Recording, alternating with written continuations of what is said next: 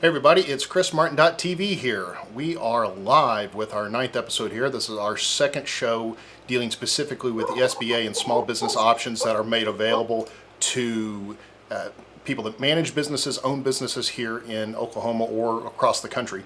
And I brought in two guests today that are going to be able to specifically talk about all things that are pertinent to these programs that are available, this funding that's available, and options that we can all use to stay alive in this time, keep our businesses open, keep the doors open, keep the bills paid, and make sure that our future as business owners and business managers is assured. So I'm going to reach out and bring in our guests right now. We've got Representative Daniel Pay from Oklahoma House District 62 and Dr. Samantha Lankford from CETES at Cameron University. And we're going to start with Mr. Pay. How are you today?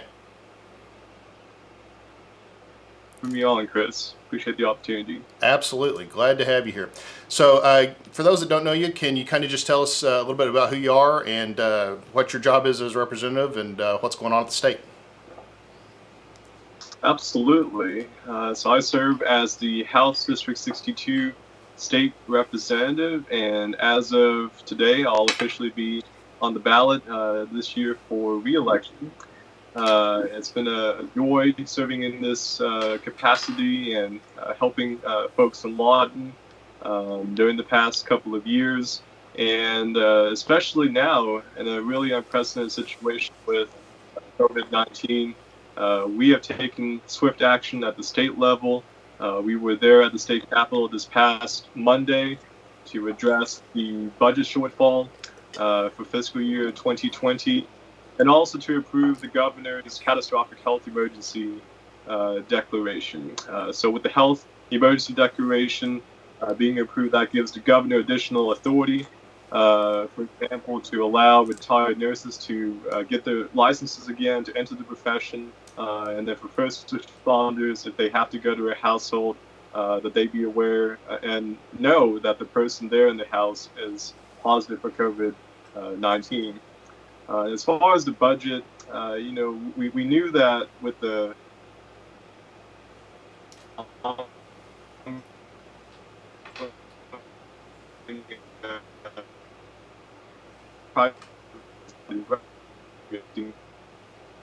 sales tax revenue that amplified the take care of, and we passed 3 pieces of legislation which were bipartisan and veto-proof. And so the 2 that the governor signed were Senate Bill 617 and Senate Bill 1053. Senate Bill 1053 is the one that took money, about $200 million from the rainy day fund, and put it into the revenue stabilization fund, and for the management enterprise services as we continue in the fiscal year for certain services that may be impacted as we go on. He did not sign Senate Bill 199, which would take about $300 million from the rainy day fund into the general revenue fund. This is part of a disagreement we have right now between the legislature and the governor over specifically the digital transformation fund. The governor would like to see that fully funded. We have a different position in the legislature in that this can be a conversation for the fiscal year 2021 budget, and that what our state agencies need at the moment is stability and certainty to finish out the remainder of the fiscal year, which is now going to be April, May, and June. So we anticipate that we'll have some follow-up conversations with the governor.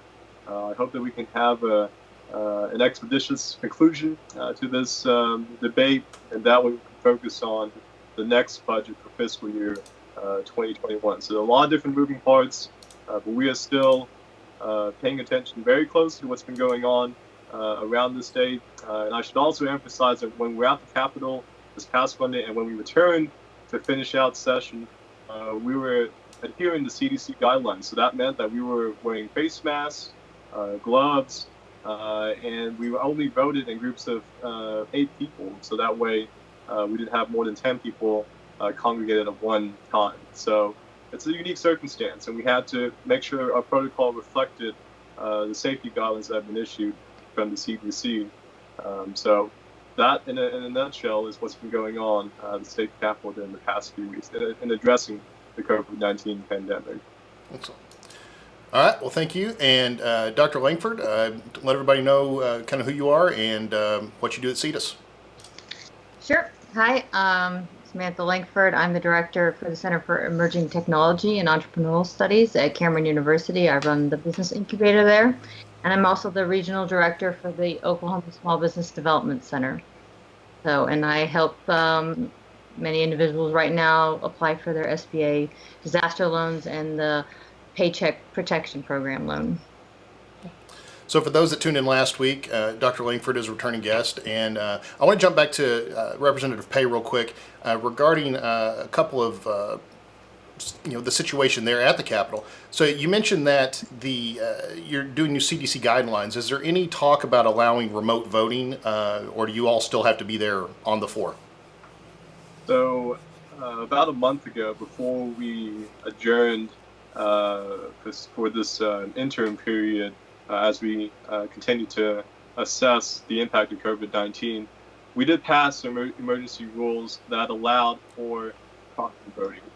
And so that if you are a representative who has underlying health conditions, or if you have a family member who may be in the vulnerable population category, you did not have to come directly to the Capitol in person to cast your vote. So that emergency rule expires at the end of session.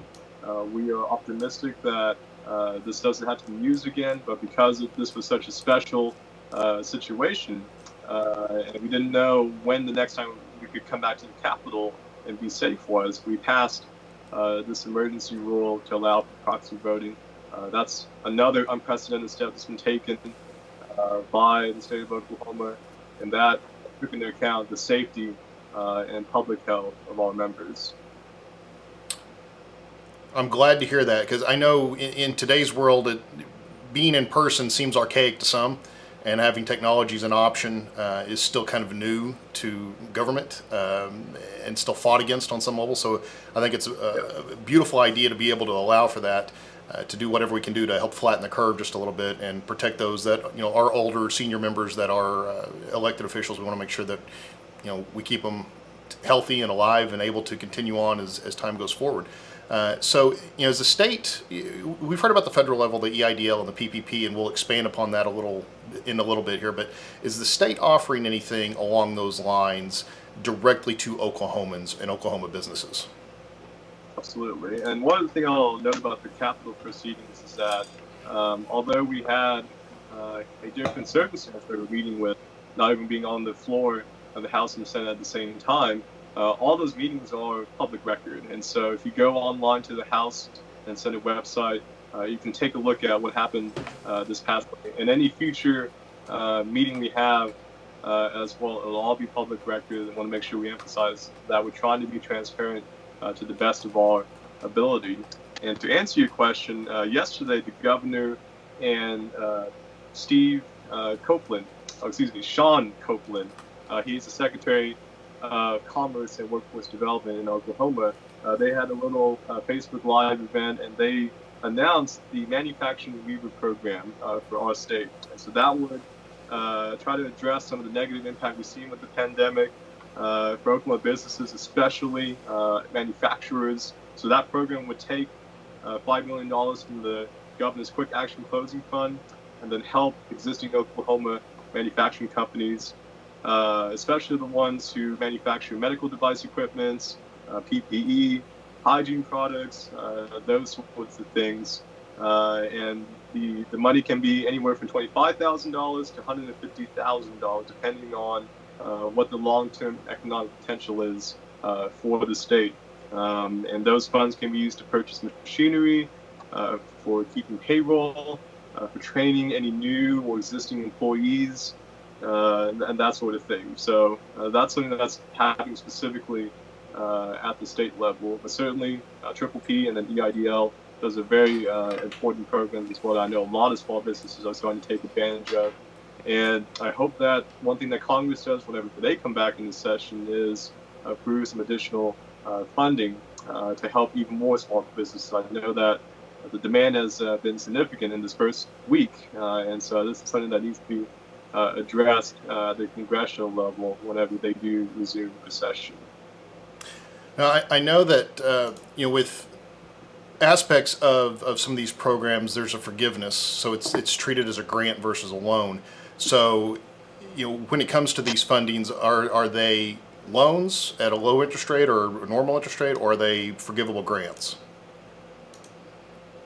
So, are you talking about PPP or for the manufacturing? On the state level, so we're talking about being able to, because there looks to be a little broader on the offerings on how these monies can be used at the state level. So how is that going to play out when it comes to any kind of repayment?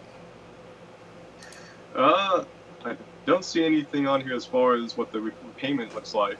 Well, I think keeping up with the idea that we're trying to help small businesses in a very difficult time period, there would be some logistical measures that would reflect trying to help small businesses out, in this case, manufacturers. So I don't really expect there's going to be any onerous requirements. But yeah, let me send you the website link, Chris, and that we can get out to people. Okay. And how does unemployment look? Because we've heard skyrocketing numbers nationwide, and unemployment's handled individually, per state. So how is the OESC, which is the Oklahoma Employment Security Commission, how are they handling this process?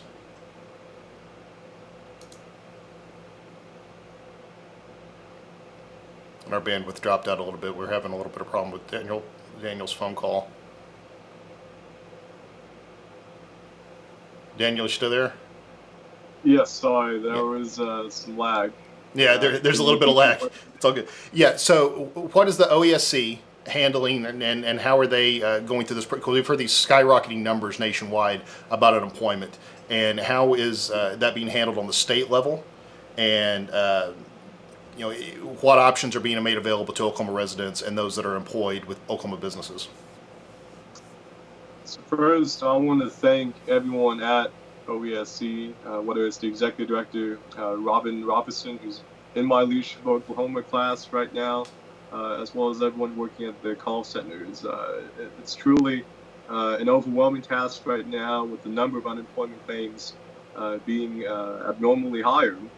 And so they are being overwhelmed at the call centers and with the emails right now. However, they have an increasing number of staff. I believe by early next week, they should have about 500 people working at the call centers to help reduce the workload and try to answer people's questions.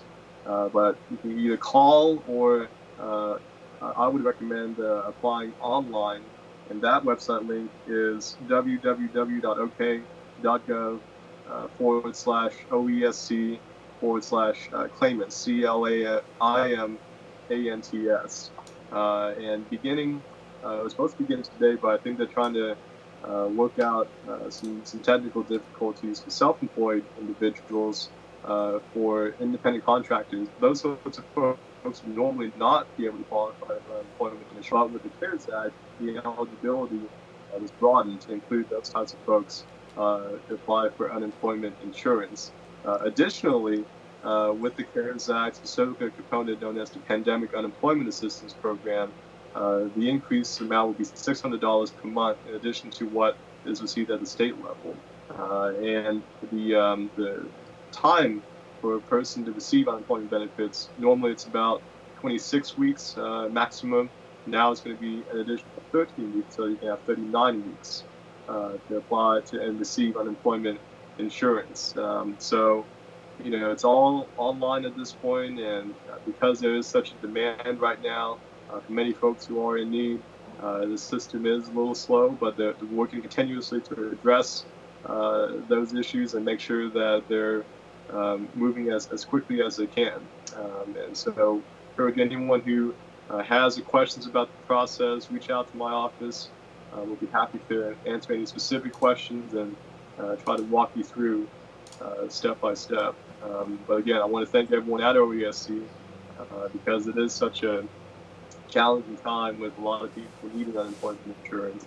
And I anticipate that this will probably be another conversation at the federal level whenever Congress comes back to try to assess where things are at with unemployment insurance and what anything needs to be changed at that point. So, and I know that you mentioned that they're just getting overwhelmed with calls. And I have a friend who was on the hold for 4 hours the other night, ended up going to sleep and hanging up and starting the whole process over again. So you are definitely reiterating the importance of doing this online versus through the phone. Yes, and be persistent even if you have some internet connectivity problems. Make sure that you're persistent in submitting your application. If you are a self-employed individual and you apply and you run into some issues about whether you qualify or not, make sure you hit yes, and then it should take you to another link that has been updated at this point to reflect that you're applying for COVID-19 reasons. Because again, normally you wouldn't be able to apply if you're self-employed or an independent contractor or gig employee. So the system is still trying to get that reflected. But you are eligible. That is federal law, and states working to get that implemented at this point. Very cool. Now, we've got a question here from Lou Grider, and I don't know if it'll directly apply, but there might be a connection here. Was there any possible forgiveness or partial forgiveness on utilities for Oklahoma residents built into any of the things that are going through the legislature right now?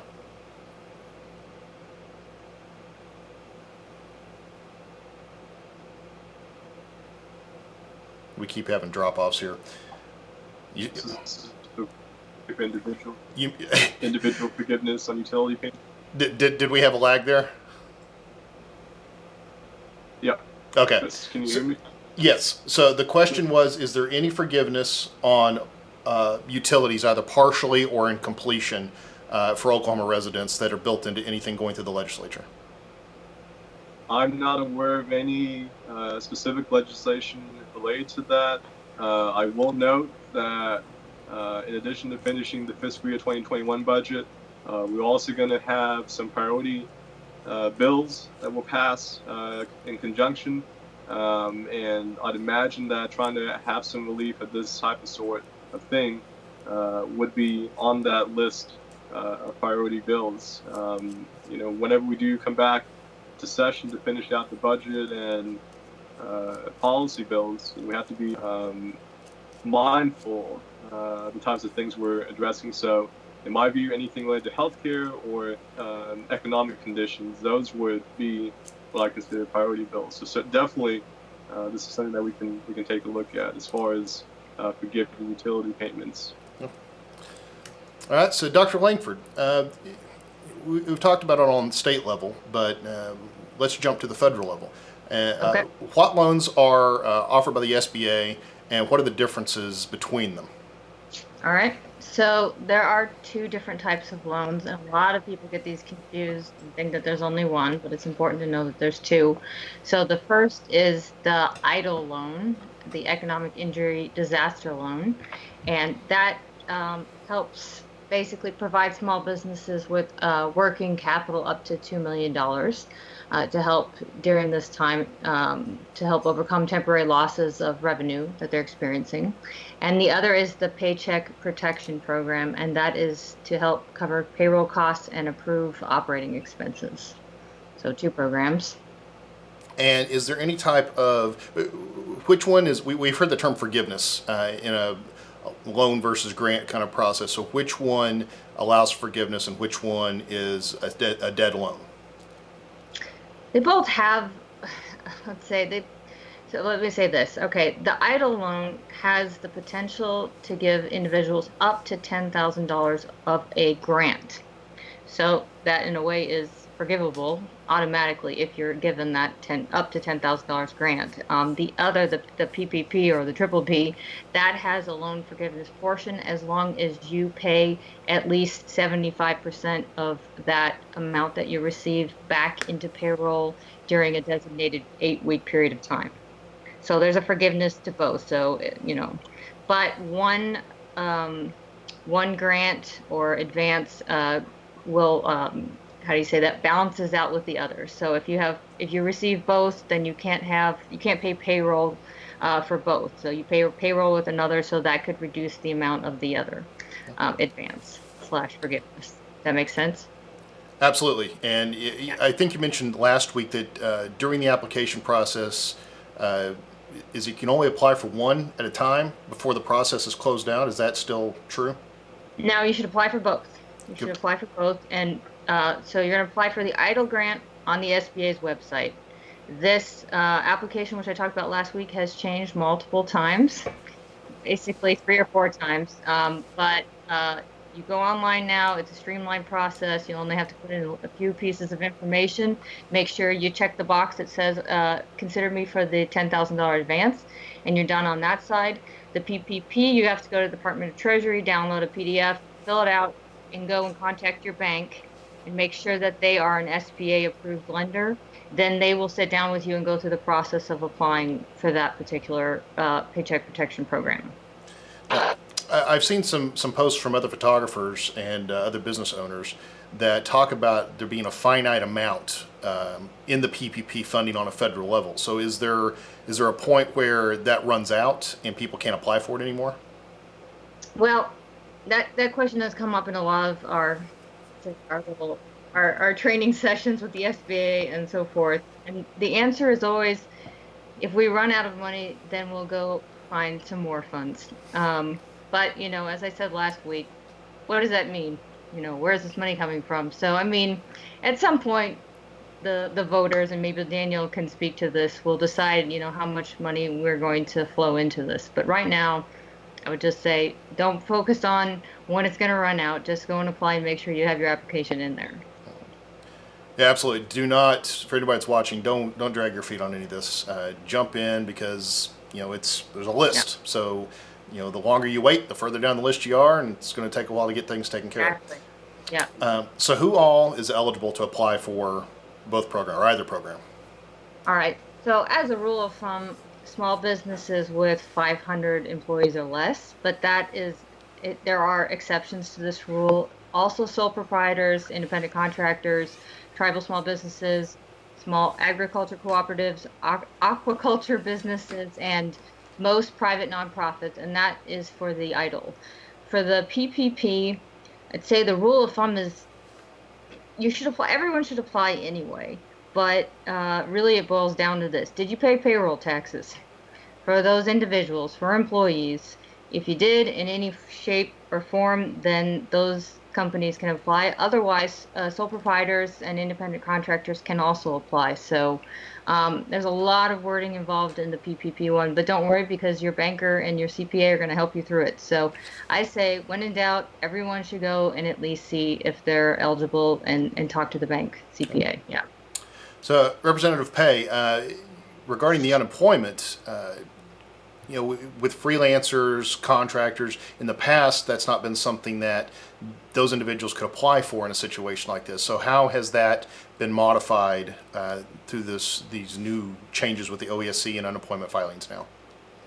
Yeah, it's starting today, but like I said earlier, I think the timeline has been extended to the next few days leading up to next week. Folks who are self-employed, contract worker, gig employee, those sorts of things, they will be able to qualify for the unemployment insurance program. So the process is exactly the same as far as if you were another type of employee applying for unemployment insurance. But because we have so many other folks being able to qualify now, that puts more demand on the system. And so that's why I want to emphasize to everyone watching who is thinking about applying for unemployment insurance in the next couple of weeks, to be patient with the process, to be patient with the folks on the other end at OESC who are working to get these claims filed and make sure that you get the benefits ultimately. Make sure that you think about them as well. I'll also note that starting next week, for any individual who has a 2018-2019 tax return on file, as well as direct deposit information, they should be receiving the stimulus check. I know that's a question that we've all gotten as a $1,200 check. When is that going to be in my bank account? Starting next week, for those who have direct deposit information on file with the IRS, those checks and that money should be sent to Americans across the country. For those without direct deposit information on file, I believe that the Treasury Department has indicated beginning in early May, that's when folks in that category would receive the checks. And again, for any individual making up to about $75,000 a year, that's $1,200, and then for any child, it's $500 as well. So a married couple, they get about $2,400 under the CARES Act. So that's another question that's come up, and I want to make sure that that was addressed as well. And I anticipate that, like with unemployment insurance being expanded, this is something that is new to the system. So it will take some time, and there will be some hurdles to overcome. But I'm confident that over time we'll get it to work, and folks will get the checks one way or another.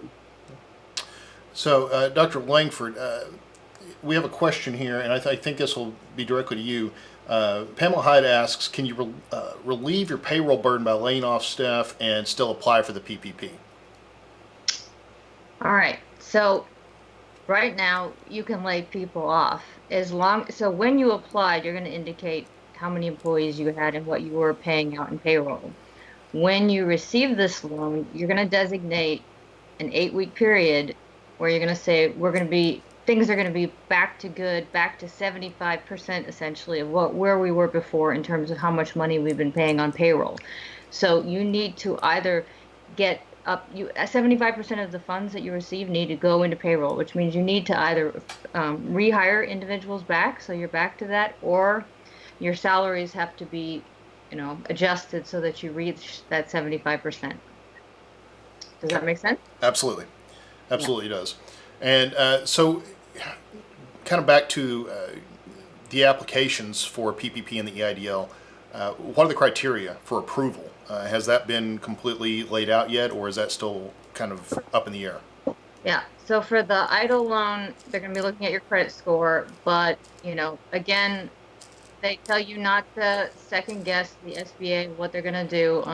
Just apply one way or the other. I always say that people grossly overestimate how good everybody else's credit score is. So just apply, okay? Second, any amounts over 25,000, they're going to look for some form of collateral, but that can, make inventory as well, etc. So, and over 200,000, that's going to be a personal guarantee. And then they want to know your ability to repay, which means they're going to be looking at your historical numbers in the past. I mean, if you've been in business for many years, you're more likely to get it. If you've been in business, for a month, then they don't have much historical data to look at. But the point is, you just have to turn in all your numbers, and that's really for the EIDL loan. For the PPP, they're supposedly not looking at credit scores. They're just looking at your size requirements and making sure that you qualify, and that your salaries. The only exception there is that your salaries can't be over 100,000. And those are individual salaries, correct? Yeah, individual salaries. So when you're putting all the calculations together to cover payroll, so if your CEO earns 100,000, you just don't include that person's, salary in the amount that you're asking for. Okay. And so how does that apply with contract employees? Are they included in those calculations as well, or are these just regular W-2 employees?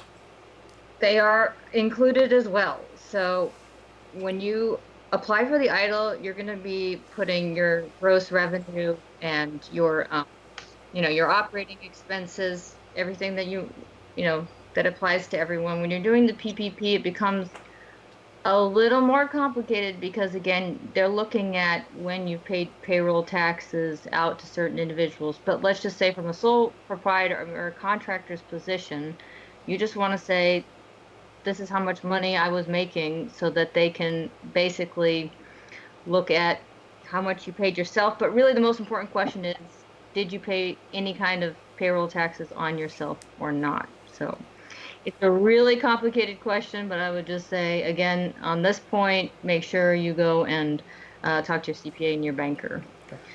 Because, a question that comes up, and I can't answer this easily, but the question is, well, this is a good way to say it. If you didn't if you only have contractors working for you, then essentially they're not they're not employees. It's more like an operating expense. It's like a cost of goods sold, right? So those are individuals, you didn't pay payroll. But these they're still protected one way or the other through these programs. You just need to decide where you lie. Does that make sense? Absolutely, absolutely does. And you hit the nail on the head, I think, with the term payroll taxes, and that specifically being one of the qualifiers and pieces of information that's critical to this. So I think ultimately, like you said, you apply for both, but you just know how to file it, and the bankers will be able to cover that. CPAs will be Yeah. able to give you that information. So it absolutely it makes sense to me for that. And I think based on everything we're hearing so far is that almost every facet has been thought of when it comes to expenses and payroll, but I'm assuming there will be some random exception that somebody comes up with that'll have to be thought about. Chris, there's one more way to think about this, and that is why it sounds like a conspiracy, but it's not. Why is the government interested in helping people with payroll? Well, they also want people to continue to pay workers' compensation or into our Social Security. They want to make sure all these companies don't let everybody go and that all our systems that we've built up, our social systems survive, right? If you were a business owner and you only have contractors but you don't pay any taxes after them, they're not interested in you. They're interested in all those sole proprietors or contractors that paid their own taxes, right? They want them to continue to survive. So that's the focus. Where were the taxes paid? And at those intersections, that's where they want to support people moving forward. Yeah. Ultimately, supporting the economy, this is how we are going to move forward. We got to be able to keep the money going, and we'll get money, but we put it back in, and it's just all part of the cycle. This is just different process, but it's the same idea that has gone on even before this pandemic was a thing. So it's just a different way of looking at things and how the money flow is going between the government and the individual, the business. So where do these businesses and individuals go to apply for either one of these programs? All right. Yep. So for the EIDL loan, they should go to the SBA website, and I think you'll provide that link. And there's, as I said, a 5-page easy application. And for the PPP payroll protection program, paycheck protection program, you're going to go to the U.S. Treasury, and you're going to download a PDF, fill it out, print it, and then give it to your lender. Yes. And Representative Pay, you mentioned the programs that these businesses can apply for. Is there a place that they can go specifically to apply and get the ball rolling with that? Yes, I think I sent you the link. Let me send it. And yes, for anybody watching, we will have the links in the show notes in the description below once it's all done. Some of these links are so long we can't put them on the screen, but we will make sure that they are available in the comments. Yeah, but it should be on the Oklahoma Commerce Department website. So the Oklahoma State Department of Commerce. Yes. Okay. I also want to mention real quickly, I've lost our time, related to economic growth and community development.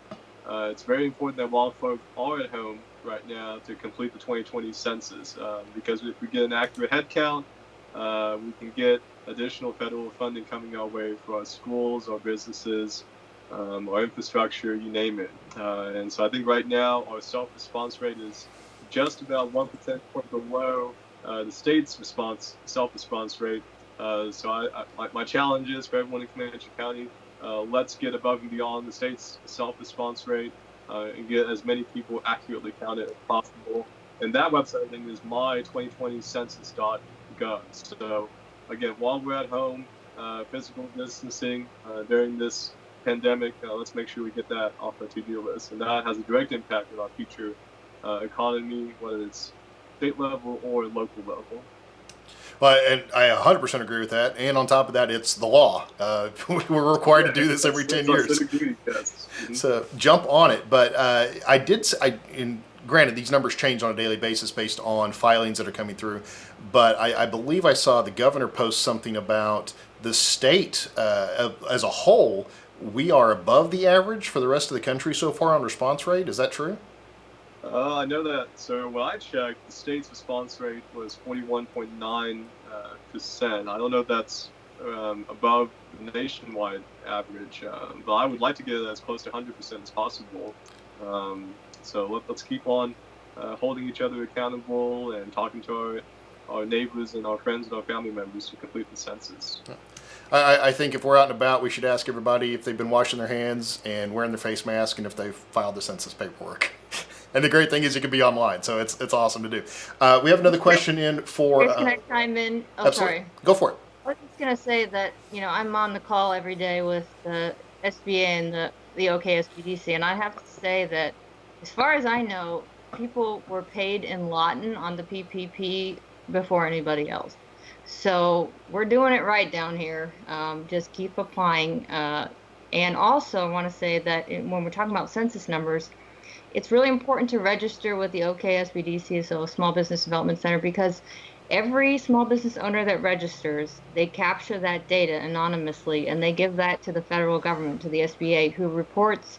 And out of those numbers, then the state gets federal dollars in support for services like the SBDC and, centers for cybersecurity and so forth. And, Oklahoma historically has not been able to demonstrate those numbers because people are reluctant to, show what they've done, but you have to see it as we're not reporting to the IRS. The more we show that we're engaged as entrepreneurs and small businesses in Oklahoma, the more money we're going to get. Otherwise, it goes to other states that do a better job. So, report.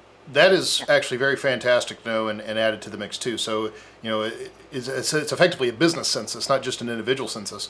And the fact that it is anonymous, everybody, you're not having to report anything. You're not going to be giving information that'll hurt you. It's all for help. It's to get that information out there, because if, as a small business community, if we're growing together, we're helping each other. It just lather, rinses, and repeats. It all grows together. So I think it's a very, very vital piece of information. We'll make sure that link is in the notes as well. I looked it up. Currently, Oklahoma's ranked 42nd in the country, and Texas is right above us. So that's even more reason why we got to get our numbers up. I don't like Texas out-competing us in any way. Absolutely. I think there's a lot of people that would definitely want to make sure Texas is not going to be ahead of us in this or really any other thing. So, Dr. Lankford, we've got a question, another from Pamela Hyde here. It says, my payroll in 2020 is higher than in 2019. We're told to take an average of 2 months of 2019 to estimate the PPP. This doesn't cover payroll that she's currently covering today. So how does that factor into the process? Well, I've told people, first of all, sit down with the banker for this. I mean, there are individuals, for example, that help people, like CPAs that help people with tax returns, and that's only during a very, like a seasonal period of time.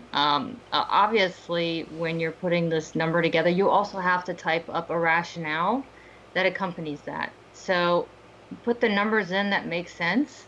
But and then provide along with that all the other numbers. I mean, just everything that in terms of payroll. And this, as I said, this summary is going to help explain those numbers. So that's what you need to do. Excellent. And we've gone through. You mentioned that the funds are already being distributed for the PPP in Comanche County, and when is the expectation overall for EIDL to be delivered once somebody's applied? Is there an estimated wait period on that right now, or is it just whenever it happens?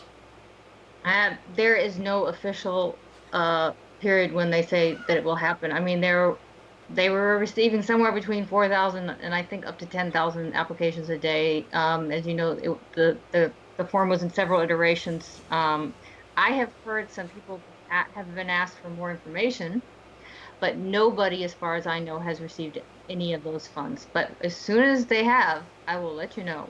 But right now, I would say work with PPP and expect that to happen here sometime soon with your bank. And then hopefully in the next few weeks, we'll see some EIDL loans being distributed and those advances.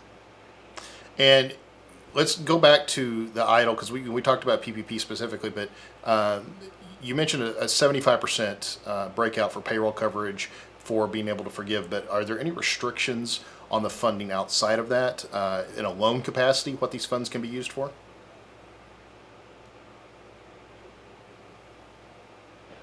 Sorry, can you hear me? We lost you for a second there, yeah. Yeah, so what the funds can actually, for which one? For the EIDL. For the EIDL. It's supposed to be, working capital, fixed debts, payroll, accounts payable, operating expenses. So see it as whatever you anticipated spending in the normal course of business in the next 6 months, that's what they'll cover. But they're not going to cover you to refinance old debt and, build, as I said, the swimming pool and take a vacation to Bali. No. So, right. So the normal operating expenses you would have expected to pay. Now, how much are they going to look at that in terms of itemization? I would say like any kind of amount that, when you get a grant and loan from the government, I mean, they're going to come back and ask you what you spent it on. So you keep documentation, and it's all about good faith, right? I mean, we want to get people back off the ground, and back to business. And what are terms on these right now in regards to repayment, first payment, the length of the loan, so forth and so on? Can you say that one more time? What were the terms on the EIDL to Yeah. either repayment or first payment? Sure. So EIDL loan, you get 3.75% for small businesses and 2.75 fixed rate for nonprofits. You have first payment's not due for 12 months. It's a 30-year term. And as I said, up to 6 months working capital, up to 2 million. And then with the PPP, we have payroll costs covered for 2.5 months. No payments for up to 6 months, and then whatever is not forgiven has a 2-year maturity at an interest rate of 1%. Those are rates that are unheard of, even in Yeah. standard business. So it's just smart business, maybe even if you don't need this, to go ahead and apply for it and get it, because you're not going to get interest rates like that probably anytime soon after this all goes away. I think we're going to be kind of sitting on low interest to begin with here. So I'm going to double check here, see if we get any other questions here. And is there anything either one of you wanted to add as we're going along? Because we've kind of hit our limit here.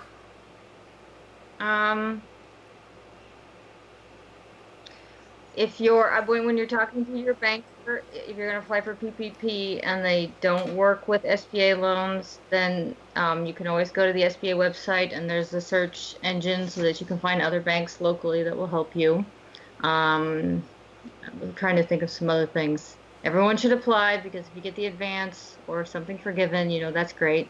EIDL loan advance, why not? So, I don't know. I'll just keep thinking. Regarding, you mentioned at the top of the show that you are specifically helping individuals apply for these, giving them advice, information, things like that. I'm assuming everything is going to be done online to observe social distancing, scheduling Zoom meetings or things along those lines? Yes, everything is online. So a lot of phone calls and some Zoom calls, and yeah, I mean, everyone's, as far as I know, talking to their bankers and their CPAs online as well. So we're all online. Just we have to see if Zoom and Skype can catch up with us. For sure, we've definitely seen some limitations with bandwidth and server load, things along those lines. And then Representative Pay, do you have anything that you'd like to add to us? Just thank you again for the opportunity, Chris and Dr. Lankford. Pleasure being on the show with you, and to everyone watching. Look, I know we're all anxious and we're all frustrated with the pandemic situation, but let's remember that the sooner and the more consistently we can practice physical distancing, staying at home as much as possible, the sooner we can get out of this and try to transition back into the society and economy that we're familiar with. So moving forward, if you have questions or specific concerns, please email or call me. Again, while we're in this situation, we're going to be working from home in our districts, and so I'm available by whatever format you're comfortable communicating with, and we'll be happy to answer questions and do my best to help you out. Excellent. Well, I want to thank you both for joining me today, and this is awesome that we're able to come together and do this, and especially more than one-on-one at a time. And for all the viewers that are out there today, thank you for chiming in and jumping in on this call. We're going to be doing things like this with specific focus on SBA options and loans for the next a little bit. Every Friday is what we're targeting, and we'll be able to ask questions. We'll have multiple guests on, and so next week we'll be back at the same time, 6 o'clock.